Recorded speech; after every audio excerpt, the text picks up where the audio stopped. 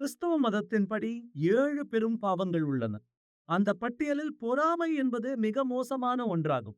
ஒரு நபர் மற்றொரு நபரின் பண்புகளையோ, உடைமைகளையோ தீவிரமாக விரும்பும் போது இது நிகழ்கிறது. நல்ல ஆத்மாக்கள் தங்களிடம் இருப்பதைக் கொண்டு திருப்தி அடைந்து விடுகிறார்கள். ஆனால் அமெரிக்க எழுத்தாளர் ஸ்டீவன் பிரஸ்வீல் கூறுவதை கேளுங்கள். அவர் கூறுகிறார், பொறாமை ஒரு எதிர்மறை உணர்வு அல்ல, மாறாக அது ஒரு ஆக்கப்பூர்வமான உணர்வே. உங்களை விட உயர்ந்தவற்றை பாராட்டுகிறீர்கள், அதை அடைய முயற்சி செய்வீர்கள் என்று காட்டுகிறது என்கிறார். நீங்கள் அடைய விரும்பும் போது நீங்கள் வளர்கிறீர்கள், நீங்கள் வளரும் போது செழிக்கிறீர்கள். பின் ஏன் இதை திருவள்ளுவர் ஒரு முரண்பாடாக கூறியிருக்கிறார்?